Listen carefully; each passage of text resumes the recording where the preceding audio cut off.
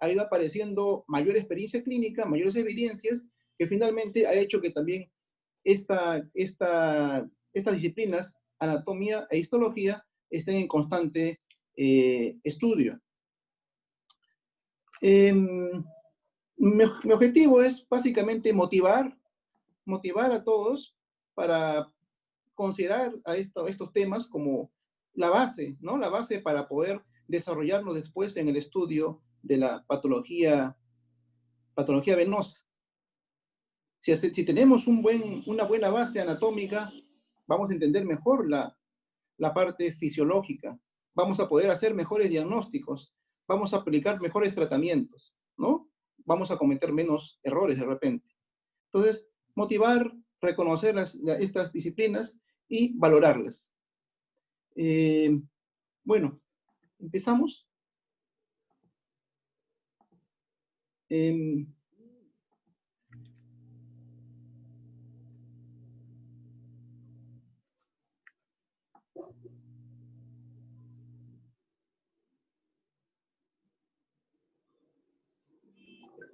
No tenemos ningún conflicto de interés para desarrollar este tipo de charlas. Diremos que con la evolución del ser humano, como ya lo hemos mencionado muchas veces, la postura erguida fue algo significativo en el desarrollo de la enfermedad venosa, ¿no? Tanto es así que inclusive hablamos no solamente del Homo sapiens, sino también hablamos del Homo phelophaticus. Entonces, esta postura erguida que en algún momento nos estuvo preocupando, pues se manifiesta en enfermedades. ¿Por qué? Porque las características anatómicas e histológicas del ser humano son diferentes a la de los grandes mamíferos y no nos protegen de la insuficiencia venosa. Los grandes mamíferos, por ejemplo, la jirafa que tenemos en este ejemplo, ellos tienen otro tipo de anatomía, tienen otro tipo de fascias a nivel, sus capilares son diferentes en comparación a la evolución del ser humano. Por lo tanto, ellos rara vez desarrollan estos problemas. Muy poco se ha consultado la anatomía e histología venosa porque se da por hecho que rara vez cambian y se cree que sus fundamentos son muy similares a lo escrito en los textos antiguos. Como vamos a ver, el interés y el estudio del ser humano, del espíritu crítico, ha hecho que esto no sea cierto, ¿no? Sigamos, siguiente. Entonces, han habido muchas, digamos, revoluciones en mi punto de vista, donde la tradición ha sido derrocada por la innovación. Sigamos. Por ejemplo, en la época de Vesalio, Andrés Vesalio, se consideraba a Galeno como la guía para que todo médico de la época base sus estudios anatómicos, ¿no? Pero Vesalio, que estudió en Francia, en Italia, él empezó a notar, disecando él mismo los cadáveres, notó que lo que decía Galeno no correspondía a lo que él encontraba, lo cual lo llevó a dedicarse de lleno al estudio anatómico y pudo desarrollar un libro, ¿no? La fábrica del cuerpo humano, que es un compendio de varios libros, donde en el libro 3 tenemos el contenido basado en los vasos sanguíneos y en el corazón. Siguiente. Entonces, esta primera revolución en la cual la anatomía antigua de Galeno, que llevaba 14 siglos predominando en la época, es derrocada por Vesalio, que en base a estudios de disección en humanos y realizados por él mismo, cambiaron la medicina de esa época, ¿no? Aparecieron más seguidores de Galeno y los estudios anatómicos, las disecciones anatómicas continuaron por algunos años más. El siguiente.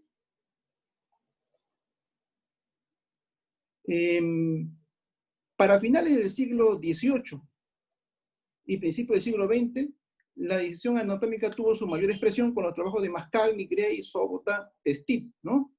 Y se consideró que ya no había más que estudiar, que ya todo estaba completo el estudio en referente a la anatomía y la histología del cuerpo humano. En los últimos 50 años, la disección anatómica se ha usado poco para estudiar anatomía venosa. La mayoría de textos hacen una descripción somera de las mismas y generalmente están en base a personas con patología venosa y no a sujetos con un sistema venoso normal. Entonces, la experiencia clínica de muchos médicos en el transcurso de estos últimos prácticamente 50 años ha encontrado que hayan muchas variaciones o ausencia completa de venas que ya para la época de estos últimos del siglo, fin del siglo XVIII y XIX, ya se consideraban que todo estaba estudiado, pero no. La experiencia clínica motivó que esto no sea así. Siguiente. Esta imagen que de repente todos conocemos ya está publicado entre 1823 y 1831, ¿no? Se consideraba que ya era todo lo que tenía que saber los miembros inferiores en cuanto a la circulación venosa. ¿Sí? Siguiente. Con los años, en los últimos años, últimos 50 años quizás, se tuvieron dos gold standards para el estudio de las venas, sobre todo en los miembros inferiores. La flebografía de contraste, que con limitaciones no llegó nunca a contribuir en la comprensión de la anatomía normal de las venas, ya que generalmente se aplicaba a personas con patología y el contraste no siempre llegaba a pintar, ¿no? Digamos, todas las venas, todo el sistema venoso que uno quería estudiar.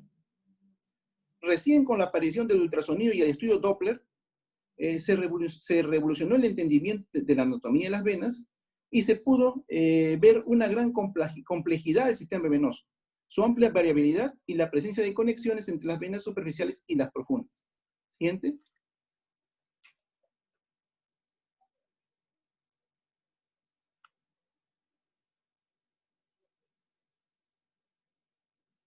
Siguiente. Tenemos que la ecografía facilita la observación de las venas de los miembros inferiores. Es un examen no invasivo, repetible y de bajo costo. Muestra la relación volumétrica real con los tejidos circundantes. Muestra las venas y su relación con las estructuras anatómicas adyacentes como músculos y fascias. Tiene mayor predicción anatómica de las estructuras observadas, por lo cual algunos lo llamaron como disección con ultrasonido. Y el Doppler, que es el estudio ya más funcional, complementa este estudio ecográfico que más es morfológico, ¿no? Permite la detección del flujo sanguíneo en las venas observadas y evalúa la función venosa e implicancia de su patología. La siguiente. Aquí tenemos una segunda revolución, donde la anatomía clásica, fundada por Vesalio y seguidores, ¿no? Que ya se creía que todo estaba hecho. No. Aquí ya vino la época post-Ecodoppler, donde muchos de los hallazgos clínicos que se tenían en los últimos años, se pudo encontrar su correlación clínica, su correlación anatómica, mediante este estudio, ¿no? Esto logró que muchas tenga sentido, muchas patologías, muchos hallazgos que los médicos habían encontrado hasta ese momento. Sigamos.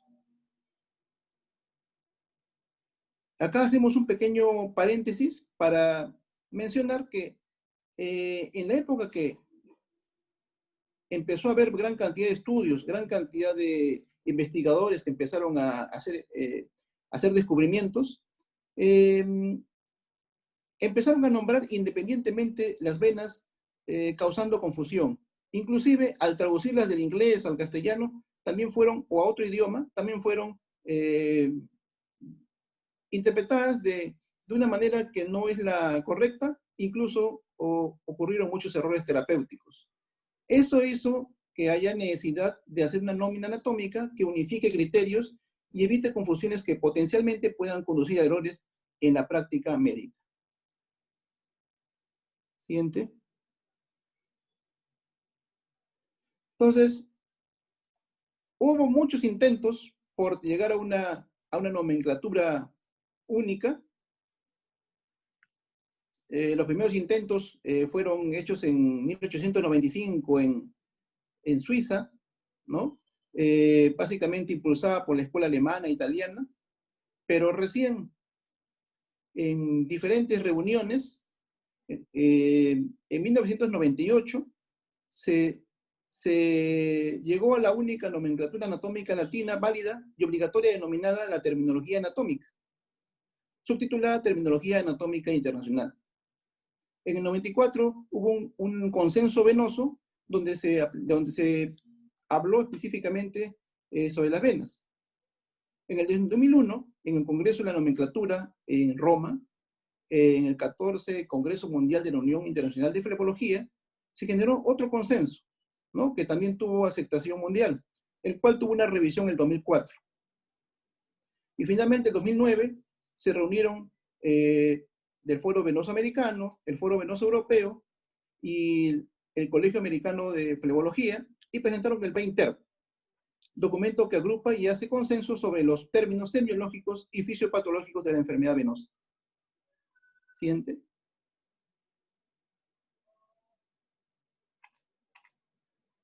Acá tenemos algunos ejemplos de cómo es la terminología anatómica, ¿no? Tienen sus respectivos códigos, sus términos latinos y su término inglés correspondiente. Siguiente. Igual algunos ejemplos de términos o de nomenclatura anatómica latina incorrecta, ¿no? Y cómo estos términos han ido modificándose con el tiempo. Siguiente. Acá también tenemos cómo se empezó a hablar de compartimientos, ¿no? Compartimientos primero de músculos, compartimientos musculares, pero como se ve en la parte inferior, ya se empezó a hablar de un compartimiento safeno. Siguiente. Acá tenemos también un ejemplo de cómo la nomenclatura de las venas profundas de las extremidades de los miembros inferiores, de acuerdo a la clasificación del 98, ¿no? Y sus respectivas revisiones en 2001 y 2004, para los miembros inferiores. Acá tenemos la terminología como algunos ejemplos puntuales de cómo la terminología antigua y cómo es la terminología nueva. Por ejemplo, tenemos que la vena safena magna o larga ya debería llamarse solamente vena safena mayor. Lo mismo que la vena safena corta o parva quedó como término vena safena menor. En el caso de las venas profundas, antiguamente la vena femoral superficial, con la terminología nueva, la denominamos vena femoral. Y la vena femoral profunda o vena profunda del muslo, vena femoral profunda es el término actual, ¿no? Y así tenemos muchas variaciones que han ido ocurriendo con estos consensos. Siguiente. Muy bien, eso es en cuanto a nomenclatura, que también ha ido de la mano con los descubrimientos. En cuanto a las características anatómicas, te dice que tradicionalmente se ha descrito que las venas de las extremidades inferiores consisten en dos sistemas: un sistema profundo y un sistema superficial. El sistema profundo dentro del compartimento muscular y su fascia, y el sistema superficial sobre la fascia profunda o compartimiento superficial. Ese es el enfoque tradicional que siempre hubo. Las venas del sistema profundo, al ubicarse dentro de los músculos, le permiten sentir variaciones en el tono. Las venas más importantes del sistema superficial, como las safenas, presentan una doble fascia superficial, y ambos sistemas se encuentran intercomunicados, con la función principal de organizar el flujo retrógrado, ¿no?, en contra de la gravedad hacia el corazón derecho. Siguiente. Entonces, esta es la imagen que tenemos de la anatomía clásica, ¿no? Tenemos un sistema profundo por debajo de la fascia muscular y un sistema superficial por encima de esta fascia. En el sistema superficial tenemos además las venas afenas, que son las más importantes, con una doble capa paneurótica que las fija a ella. Y en el sistema profundo, bueno, las venas en contacto íntimo con los músculos y además con sus respectivas comunicaciones entre ambos sistemas, ¿no? Ese es el sistema clásico. Siguiente. Clásicamente también se tiene estas descripciones anatómicas, tanto de venas superficiales como profundas, en las cuales las venas nacen, tienen un recorrido, llegan a su unión, tanto en el caso de la vena safena mayor, a la unión safenofemoral o la unión safenopoplita, que clásicamente se repite y se diserta lo mismo, ¿no? Lo cual no correspondía con los hallazgos clínicos de los médicos en los últimos años. Siguiente. Acá también tenemos justamente esas uniones que de la anatomía clásica, que donde se valora mucho las relaciones anatómicas con las arterias, los nervios, los músculos, los tendones, ¿no? Que son importantes, pero acá la discusión era de que no siempre esto se repetía en todos los pacientes. No todo paciente tenía la misma distribución de venas que decía el libro. Al momento que el médico se enfrentaba con su paciente, notaba muchas variaciones, inclusive de una pierna con otra pierna. Siguiente.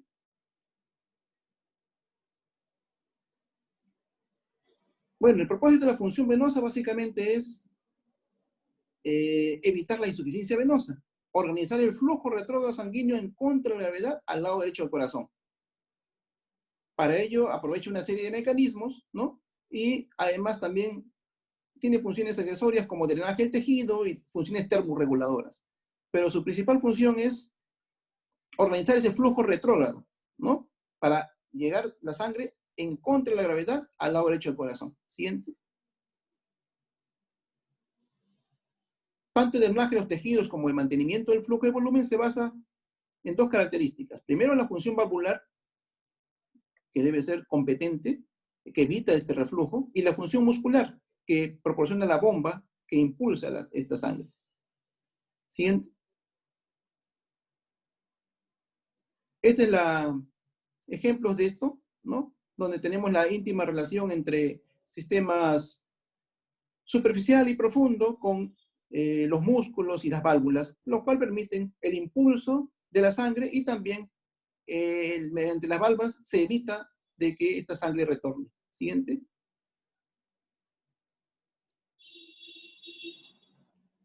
Bien, entonces, con la aparición del ultrasonido, el Doppler, se pudo entender mucho mejor todo esto.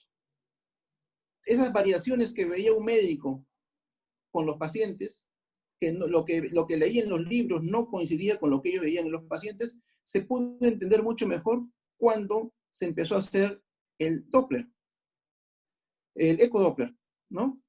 ¿Por qué? Porque este aparatito nos permite una fácil visualización de las capas faciales. Estas capas faciales son ecolúcidas y fácilmente reconocibles. Entonces, esto proporcionó, ¿no?, una fácil identificación de las venas e interpretando las variaciones anatómicas que se veían en la clínica, ¿no? Lo cual dio un lenguaje universal simple que nos podamos entender todos. Esto originó además que no solamente son dos sistemas, profundo y superficial, sino que se agrega un tercer sistema, ¿no? Un intermedio entre la fascia aponeurótica y la fascia superficial. Es decir, el profundo era todo aquello que estaba por debajo de la fascia aponeurótica o fascia profunda, la fascia del músculo. El intermedio entre la fascia profunda o muscular y la fascia superficial. Y el subcutáneo entre la fascia superficial y la piel. Siguiente. Entonces, eso ya había sido estudiado y había sido descrito por anatomistas en el siglo XIX en Francia. Cruvillier y Bailey ya lo habían, en el siglo XIX ya lo habían descrito. Miren, hay una imagen que es un corte anatómico a nivel del muslo, en donde se puede ver lo mismo que con el ecodoppler se visualiza actualmente. Se ve la vena safena, a nivel del muslo, rodeada por dos membranas. La membrana más profunda, que es la fascia muscular, o membrana profunda. En la parte superior, esa membrana que se ve es la membrana superficial, y en el centro tenemos a la vena safena, ¿no? Entonces, exactamente. Entonces, eso, a pesar de que ya había sido descrito anatómicamente, nunca se le dio la validez. ¿Por qué? Porque la anatomía clásicamente se le dio quizás una función más monótona, más estática, ¿no? Con la aparición del eco-Doppler, siguiente, con la aparición del eco-Doppler, esa misma imagen que vimos anatómicamente, la visualizamos en la ecografía, ¿no? Visualizamos el famoso signo del ojo, ¿no? En la cual podemos identificar los tres compartimentos. Compartimento subfacial o profundo, ahí está representado como una SF, ¿no? Por debajo de la membrana de la fascia muscular. El compartimiento safeno, ahora llamado safeno o intermedio, donde se encuentra no solamente las safenas, si bien es cierto, las safenas son su principal inquilino, no son las únicas.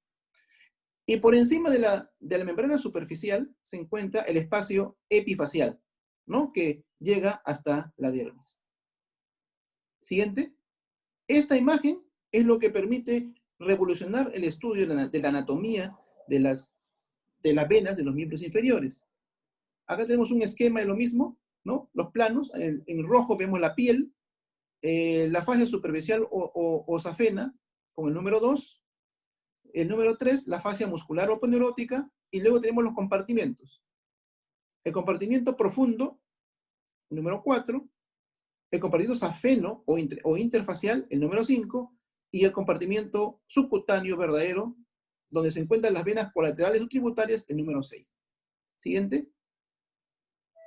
Acá vemos este esquema, que igualmente ya nos habla de los 3 niveles, ¿no? Si recordamos el anterior, tradicionalmente solamente nos hablaban 2 niveles. Este esquema está basado en el estudio de eco-Doppler. Nos permiten ver el compartimiento profundo, limitado por la fascia muscular, el compartimiento safeno o intermedio, limitado por la fascia, la fascia muscular primero, y encima tenemos el compartimiento, perdón, la fascia superficial, y por encima de la fascia superficial, hasta la piel, tenemos el compartimiento superficial, por donde circulan básicamente las venas safenas accesorias o colaterales. Y en el compartimiento intermedio, que también se llama safeno, las safenas y otras venas que vamos a describir. Siguiente. Igual, un esquemita más como para que nos acordemos. Tenemos la fascia muscular, que es lo que se resalta nítidamente, que es la paneurosis del músculo, que va a limitar el compartimiento profundo, o subfacial también se llama. Ahí van a estar las venas profundas. El compartimiento intermedio, o también llamado compartimiento safeno, que va a estar limitado por la fascia muscular y la fascia, ya muchos le llaman ahora fascia safena, o también llamada fascia superficial. Y por encima de la fascia superficial, hasta la dermis, tenemos el compartimiento superficial, donde vamos a encontrar estas venas safenas accesorias o colaterales. Siguiente. Entonces, al compartimiento profundo, que se ubica bajo la fascia muscular o fascia profunda, y sigue un trayecto paralelo a las arterias, también le podemos llamar red primaria. Encontramos las venas del sistema venoso profundo. Siguiente.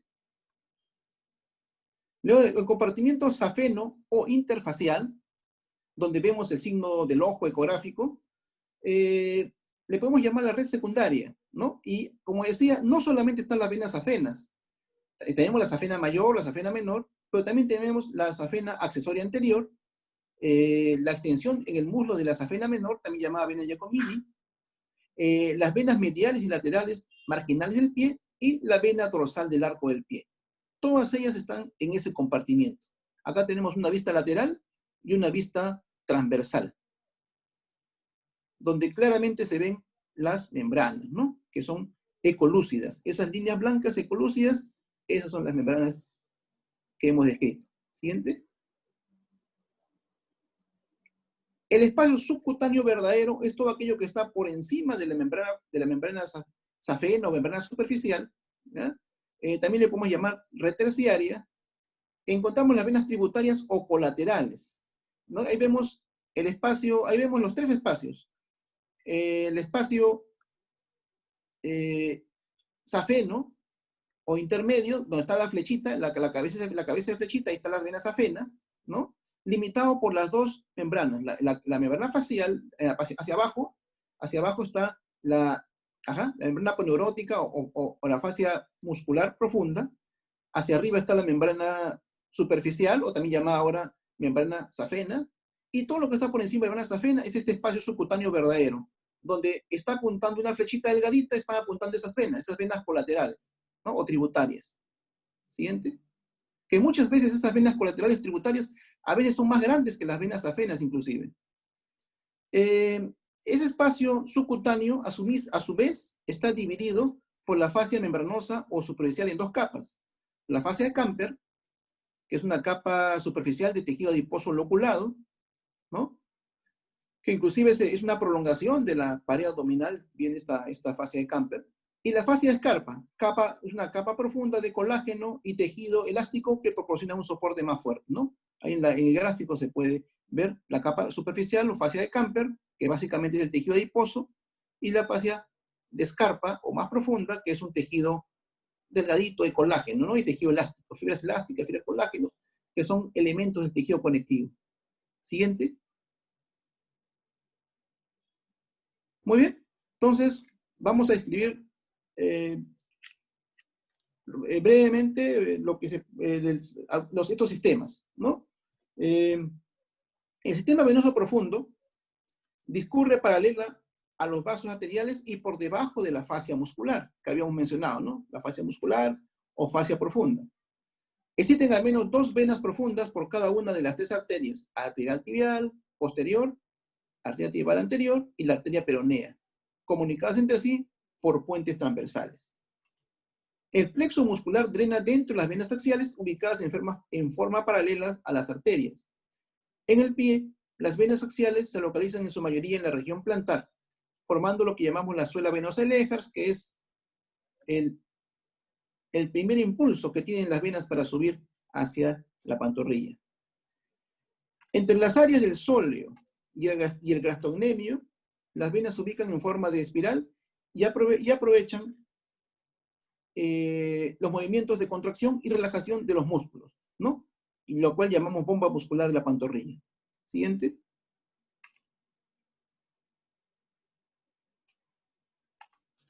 En el examen ecográfico de las venas de los miembros inferiores, ha permitido reconocer la frecuente duplicidad de las venas poplitea, es decir, todo aquello que en la anatomía clásica se repetía, la ecografía, el ecodoppler, nos está demostrando que no es así.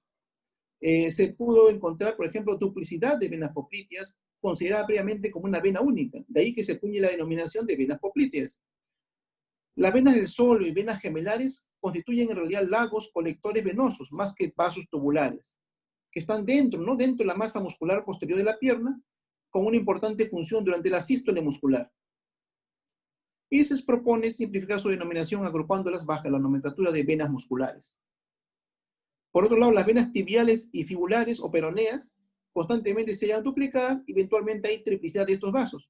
Son de particular relevancia clínica las venas tibiales posteriores. ¿Ves? Vemos cómo este estudio ecográfico nos revela muchas variaciones que no se habían conseguido con los estudios anatómicos, con las disecciones anatómicas. Siguiente. Acá vemos las relaciones de las venas tanto superficiales como venas profundas con los planos musculares, la aponeurosis, ¿no? Este es un corte a nivel del muslo, ¿no? Ven ustedes el fémur, ven ustedes ahí la vena safena mayor, ¿no? Y por dentro están entre las fascias protegidas por las fascias, protegidas por los músculos, la arteria y la vena femoral, y más adentro tenemos también la arteria y la vena femoral profunda, ¿no? Ambas son profundas, pero la denominación es esa, ¿no? Siguiente. un corte, pero ya a nivel de la pierna, ¿no? Un corte a nivel de la pierna, donde vemos la vena safena mayor y su relación con el nervio safeno, y en la cara posterior vemos a la safena menor, ¿no? Y también con su relación que tiene con el nervio cutáneo sural lateral. Y más internamente tenemos las venas profundas, tibial anterior, ¿no? Y fibular o peronea. Siguiente.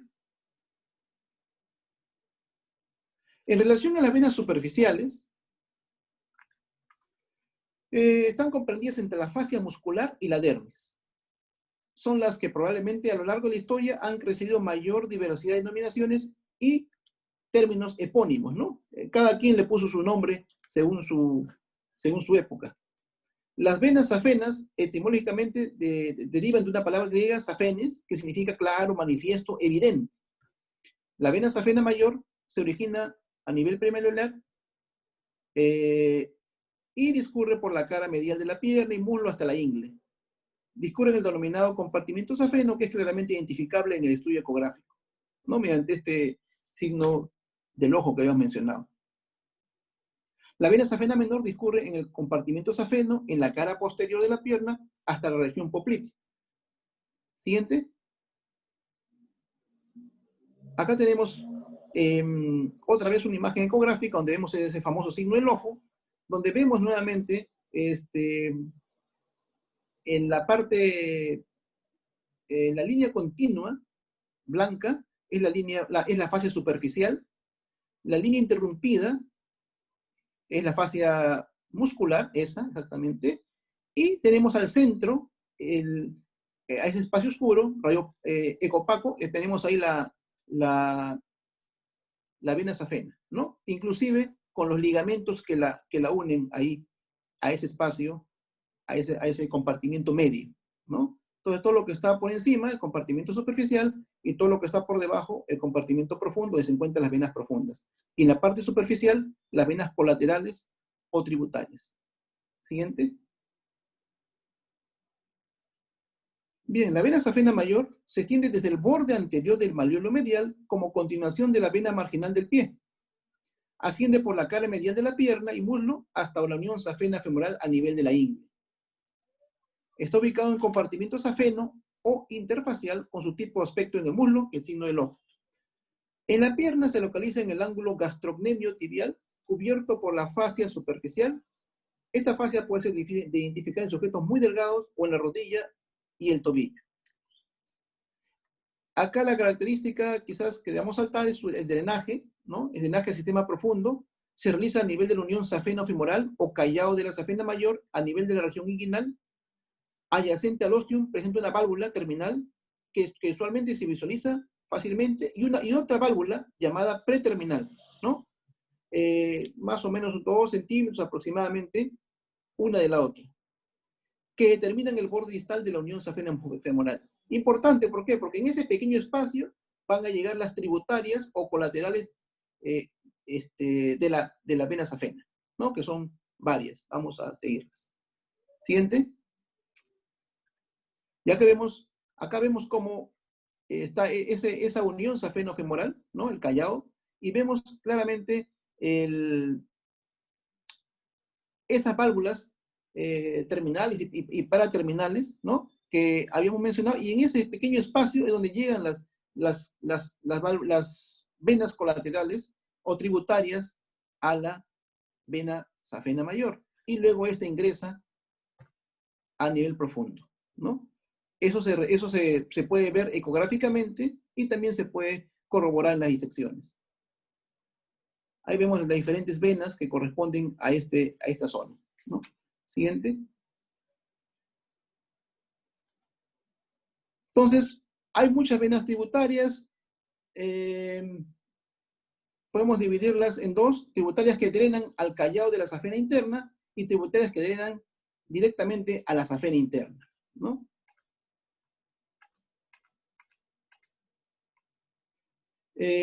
Aquellas que drenan al callado de la safena interna tenemos las proximales, que drenan el flujo de la pared abdominal y áreas pudendas, corresponden a la ilíaca superficial, la vena superficial epigástrica y la pudenda superficial.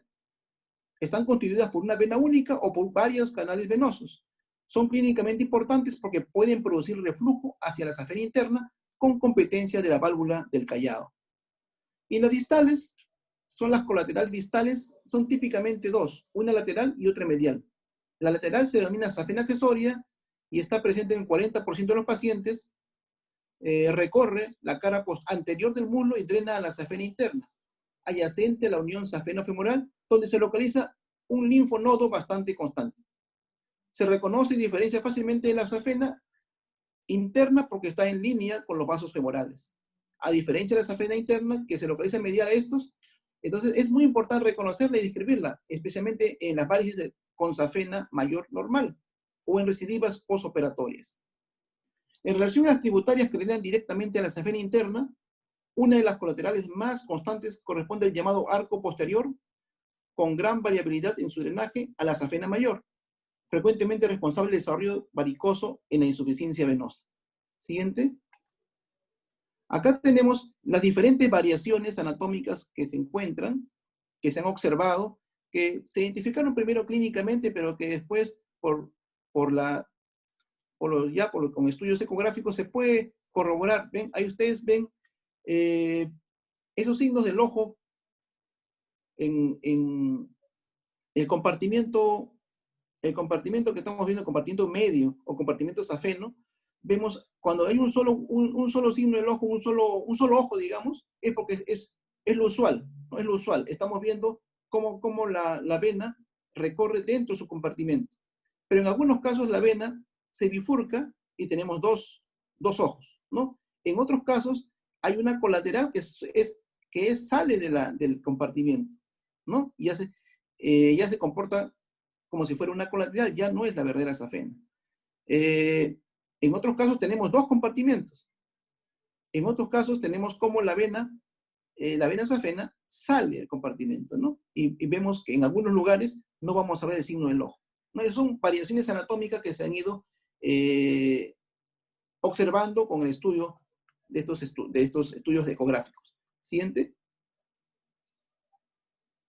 En cuanto a la safena menor, igualmente, tiene variaciones anatómicas que actualmente se han demostrado que lo clásico no era tanto así, ¿no?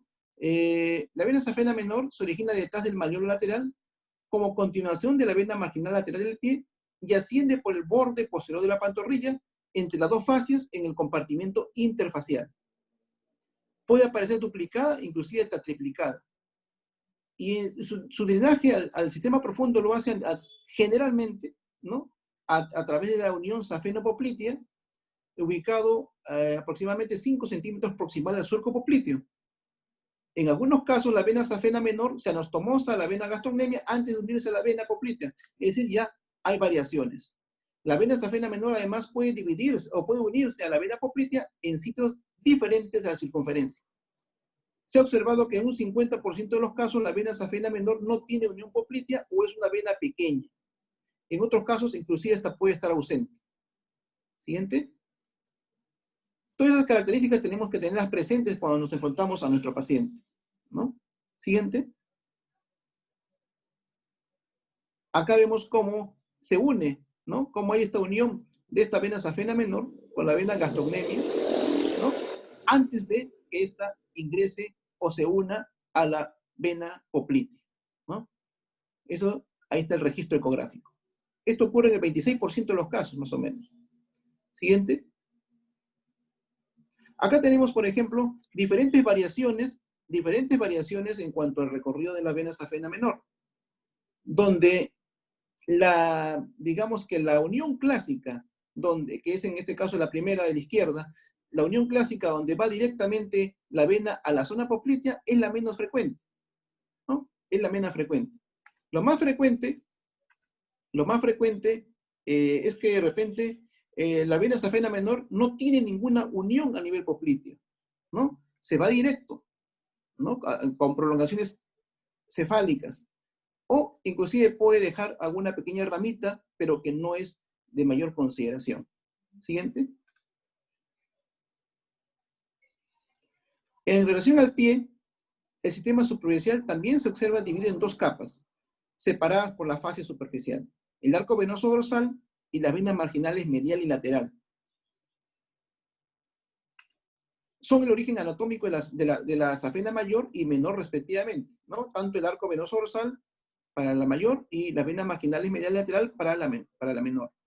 Están ubicados debajo de la fascia superficial. Las venas colaterales del dorso del pie se ubican a nivel subcutáneo y se continúan con las venas colaterales subcutáneas de la pierna. Siguiente. Las perforantes también es otro sistema que ha tomado mucha relevancia en los últimos tiempos, ¿no? Y se ve claramente cómo muchas venas atraviesan la fascia muscular, drenando el flujo de la superficie hasta el sistema profundo, ¿no? Y se corrobora tanto en la morfología con el ultrasonido como en con movimiento del flujo sanguíneo con el Doppler, ¿no? Siguiente. Nuevamente acá tenemos un esquema donde vemos cómo estas venas atraviesan las fascias, ¿no? Y siguen el ciclo, y siguen el flujo de afuera hacia adentro y de abajo hacia arriba. Y tenemos las valvas que impiden el retorno, ¿no? Siguiente. Tenemos además la red venosa superficial, colateral o comunicante, ¿no? Todo aquello que está por encima de la fascia del compartimiento medio, todo aquello que está por encima de la fascia que ahora llamamos fascia safena, ¿no? Está compuesta de muchas venas orientadas longitudinal, transversal y oblicuamente. Se originan en la dermis superficial, donde drenan las vénulas cuticulares. Normalmente son muy pequeñas, pero podemos encontrar venas, en caso de insuficiencia, hasta venas más de 1 centímetro. Tienen una pared delgada y son más superficiales que la fascia superficial que cubre el tronco safeno. Drenan dentro de las venas profundas mediante las venas safenas, directamente a través de venas perforantes o por medio de anastomosis de venas en las áreas abdominal, perineal y el glúteo. Siguiente. Tenemos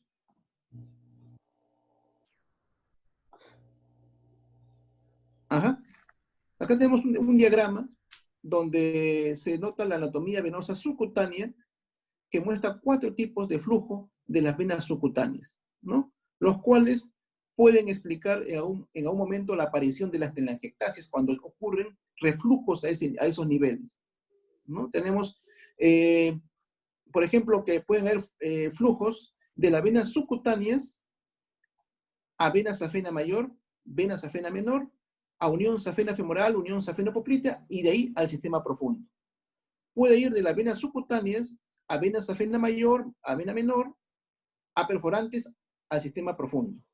O de la vena subcutánea a perforantes al sistema profundo, o directamente de la vena subcutánea se va directo al sistema profundo este drenaje. Entonces, hay muchas variaciones por las cuales hay que tenerse en cuenta, porque esas variaciones son las que nos van a desarrollar. Si ocurriera algún tipo de insuficiencia, entre otras cosas, nos va a desarrollar telangiectasia, ¿no? Siguiente.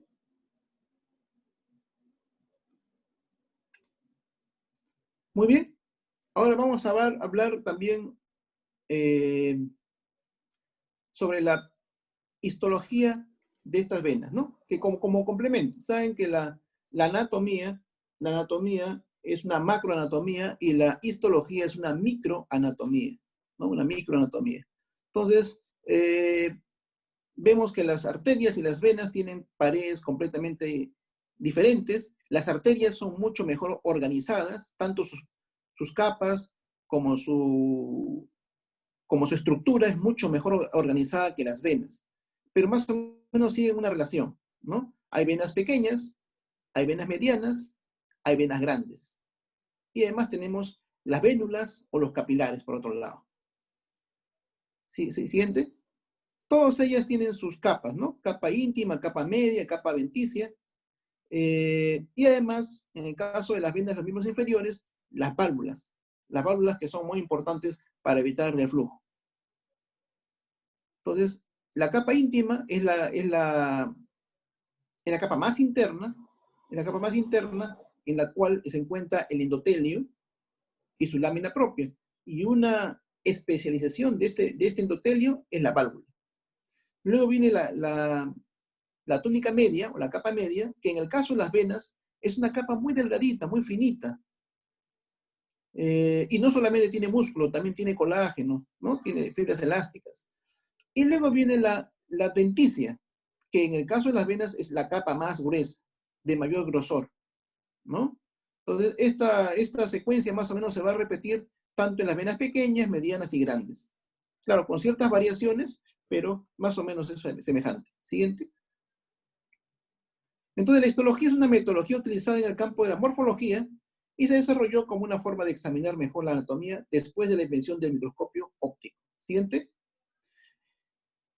Igualmente, bueno, acá una vez más, la imagen que vimos para ver las relaciones, nos hemos ido de las venas más grandes hacia las venas más pequeñitas, ¿no? Hasta el nivel microscópico. Siguiente. Los capilares, en el caso de las arterias, más que nada son capilares, en el caso de las venas son vénulas.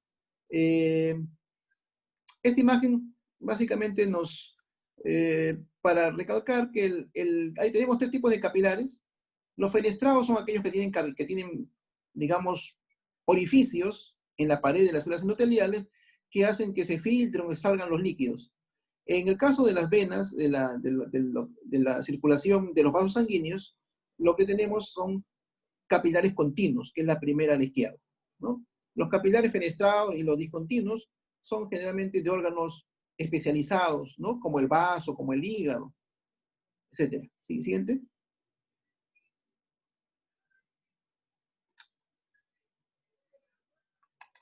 Bueno, en relación al estudio de las venas, digamos que con la invención del microscopio óptico apareció el estudio microscópico, ¿no? Con Leeuwenhoek, ¿no? En los Países Bajos. Luego, en 1670. Luego, en 1930, con el descubrimiento del microscopio electrónico por científicos alemanes, se expandió el conocimiento y apareció una terminología nueva, ¿no? Con ultraestructura celular. Entonces, en el caso de la terminología, la nomenclatura histológica, todavía se conserva, a pesar que ha habido muchos idiomas que han enriquecido la nomenclatura, se conserva actualmente el idioma latín, ¿no? Como base. Igualmente, han habido varias reuniones por las instituciones que se encargan de velar por esta nomenclatura, siendo en el 2008 se emitió con el nombre de Terminología Histológica, subtitulada Términos internacionales para citología e histología humana, ¿no? Que es la clasificación actual, que todavía está en revisión. Siguiente. Bien, esta es la histología clásica de una vena grande. Una vena grande que no la vemos en los miembros inferiores. Estas venas son generalmente las grandes venas abdominales que tenemos, ¿no? La vena cava, la vena porta. Entonces, estas venas, que son las venas más grandes, tienen una íntima, donde se encuentran las células endoteliales y su lámina basal, más o menos constante. Luego tiene una túnica media pequeña, ¿no?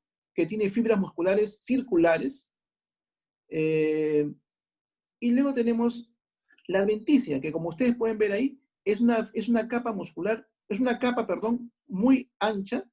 Inclusive si comparamos, más del 50% de la pared de la vena es adventicia, y en esta adventicia tenemos gran cantidad de fibras musculares longitudinales, y además también tenemos derivados del tejido conectivo, ¿no? Entonces, hacia la izquierda está un esquema y hacia la derecha un preparado histológico con HE, ¿no? Con amatoxilina e eosina. Entonces se ve que más del 50% de la pared es adventicia. Siguiente.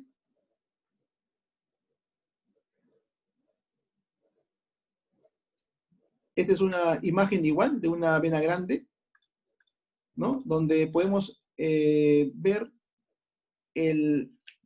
lo delgado que es la íntima, y luego vemos la túnica media también es muy pequeñita, y ven, se puede demostrar en la extensión de la túnica adventicia, ¿no? Que es bien, bien amplia, ¿no?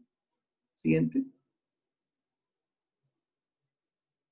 Las venas medianas, que son la mayor parte de venas que tienen denominación, que tienen nombre, las más conocidas, digamos, son venas que igual tienen su túnica, su íntima, constituida por las células endoteliales y su lámina basal. Luego viene la túnica media, que también es muy pequeñita, con fibras circulares, fibras musculares en distribución circular. Y luego tenemos adventicia, que sí es una capa ancha, pero tiene menos cantidad de músculo, ¿no? En este caso tiene mayor cantidad de tejido, de fibras elásticas, ¿no? De fibras colágenas, de fibroblastos, en el caso de las venas medianas. Y la imagen que se ve en un corte histológico, en la que ven a la derecha, donde aquí sí predominan más, en la capa adventicia, más predominan el colágeno y las fibras elásticas. Siguiente, es una vena mediana, ¿no? Que es de repente de las más frecuentes que conocemos. Siguiente. Bueno, hemos dicho que las vénulas, que la histología venosa empieza con las vénulas, que son los elementos más pequeños. Podemos tener vénulas postcapilares o vénulas musculares que reciben la sangre de los capilares y su diámetro mínimo es 1 milímetro. Perdón, 0.1 milímetro. Luego vienen las venas pequeñas, que miden menos de 1 milímetro de diámetro y son la continuación de las vénulas musculares. Tenemos las venas medianas, que es la que acabamos de ver en este momento en la imagen, las cuales corresponden a la mayor parte de las venas que tienen nombre. Suelen estar acompañadas por arterias y tienen un diámetro de hasta 10 milímetros. Y finalmente las venas grandes, que suelen tener un diámetro superior a 10 milímetros, son ejemplos de esta categoría: la vena cava superior, la vena cava inferior y la vena porta.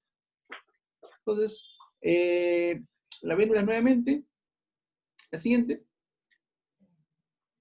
Acá tenemos un esquema de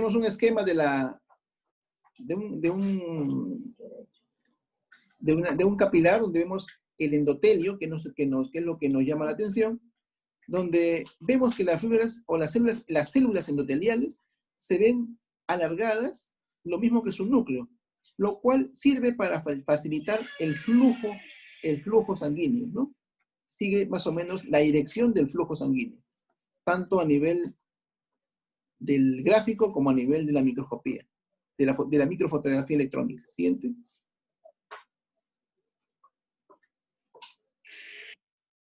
Entonces, en el caso de las vénulas, hay diferentes tipos las vénulas también van a tener diferentes tamaños, ¿no?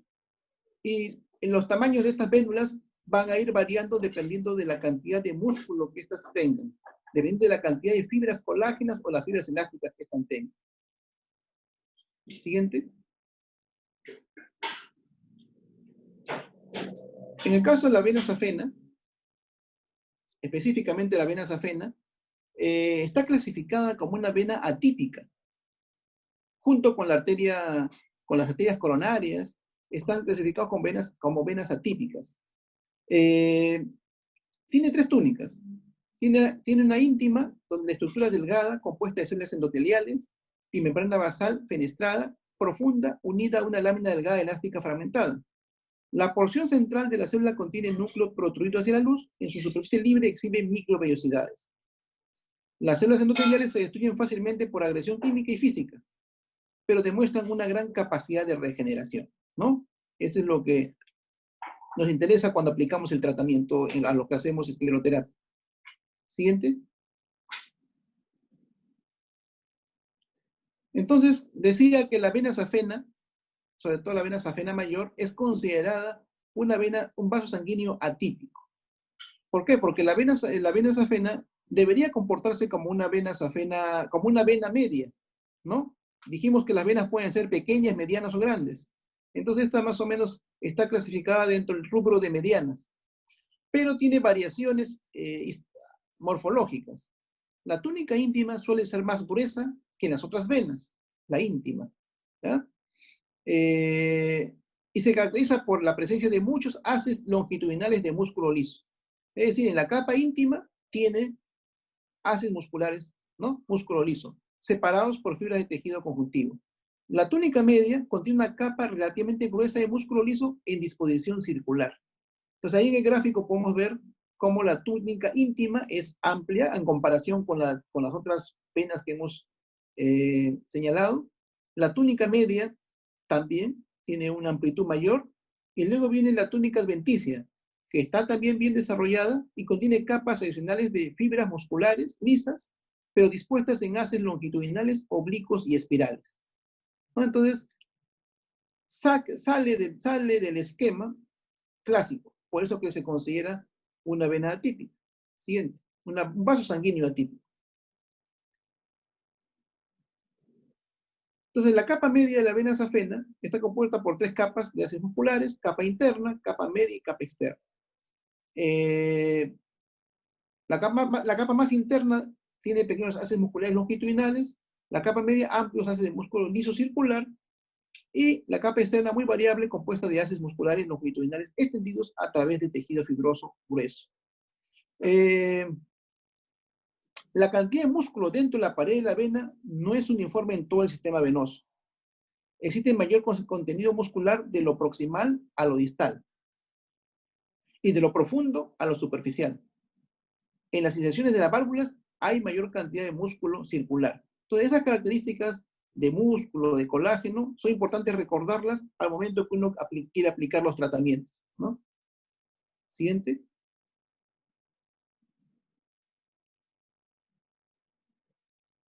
En relación a la adventicia, es la porción más gruesa de las venas, ¿no? Compuesta principalmente de colágeno con fibras entrecruzadas, orientadas, longitudinal, espiral y circular. La capa de colágeno se funde con el tejido conectivo perivenoso y contiene la vasa vasorum y las fibras nerviosas adrenérgicas. Los capilares venosos de la vasa vasorum forman venas que desembocan en venas que discurren en tejido conectivo laxo periférico a la vena. Alteraciones de esta vasa vasorum conducen al desarrollo de la fístula arteriovenosa. Siguiente. Bien, las válvulas venosas están compuestas de capas delgadas de colágeno y una cantidad variable de músculo liso cubierto en ambas superficies por endotelio, ¿no? Básicamente es como una especialización de este endotelio. En la base de la cúspide de la válvula existe aumento en las fibras musculares, de disposición circunferencial y longitudinal que discurren luego por toda la válvula. Las fibras de colágeno se concentran en la base y se adelgazan hacia el borde libre de la cúspide. Otra cosa que hay que recordar, que la válvula es avascular. La cúspide cambia con la edad, lo que origina una menor flexibilidad, corrientes de flujo sanguíneo anormales en remolinos y finalmente posibilidad de insuficiencia valvular, ¿no? Siguiente.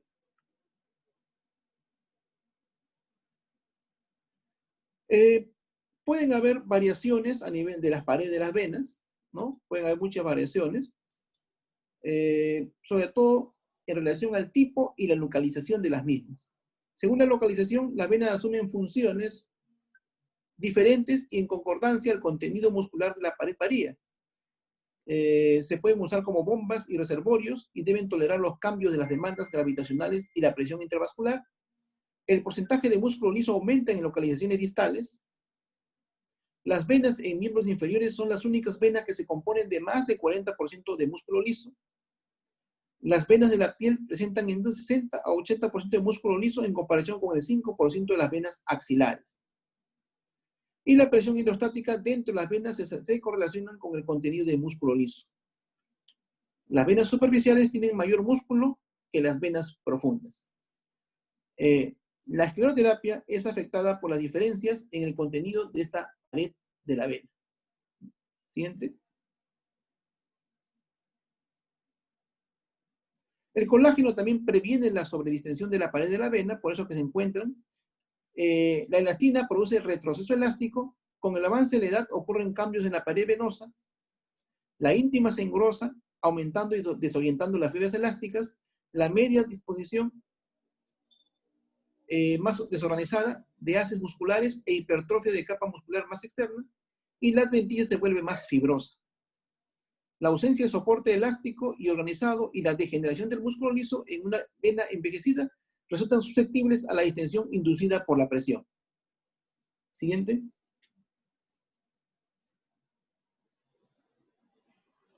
La vena safena mayor presenta cambios en la pared fibrosa en todos los grupos de edad sin trastornos venosos. La incidencia de trastornos fibróticos aumenta de 25 a 50% en menores de 40 años, a 100% en mayores de 70. ¿Ah? Las venas safenas varicosas presentan mayor área de pared y grandes cantidades de colágeno. Se ve esto en la safena mayor proximal en comparación con su porción distal.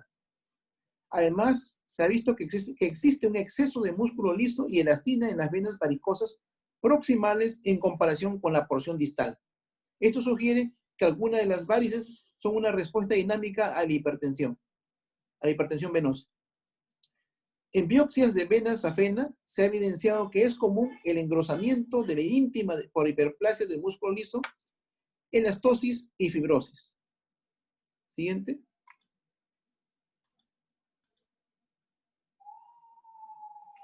En relación a las telangiectasias, son canales dilatados de sangre en un estroma dérmico normal con una sola línea de células endoteliales muscular y adventicia limitada. Se cree que estas venas evolucionan de capilares o vénulas recientes. Las telangiectasias de patrón arborizado de apariencia azul y roja en los miembros inferiores son probablemente vénulas dilatadas, posiblemente con conexiones con las venas más grandes subyacentes de las cuales son tributarias directas. Las paredes venosas engrosadas se componen de células endoteliales cubiertas por colágeno y fibras musculares. A la microscopía electrónica revela displasia intracelular del colágeno, colágeno reticular y algunas matrices con vesículas. Siguiente. También se ha encontrado en las biopsias que las anastomosis arteriovenosas resultan en patogénesis de las telangiectasias. Biopsias en telangiectasias nevoide y unilateral ha demostrado acumulación de mastocitos. En otros casos, la vasodilatación permanente puede ser inducida por la liberación crónica de uno o más productos de los mastocitos, particularmente de la heparina. Siguiente.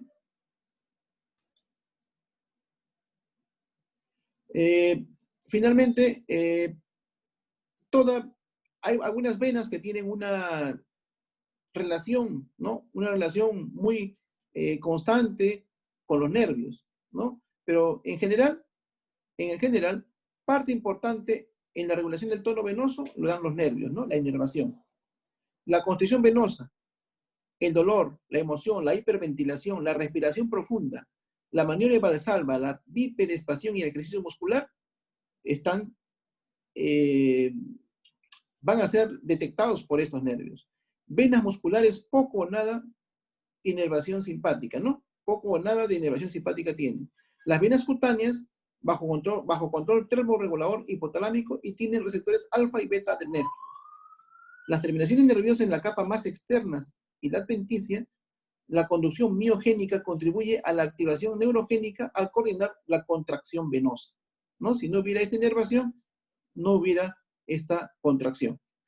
La constricción y dilatación venosa ocurre a través del estímulo nervioso local y central. Esto es problema cuando se usa como conductos arteriales en caso de espasmo y angina.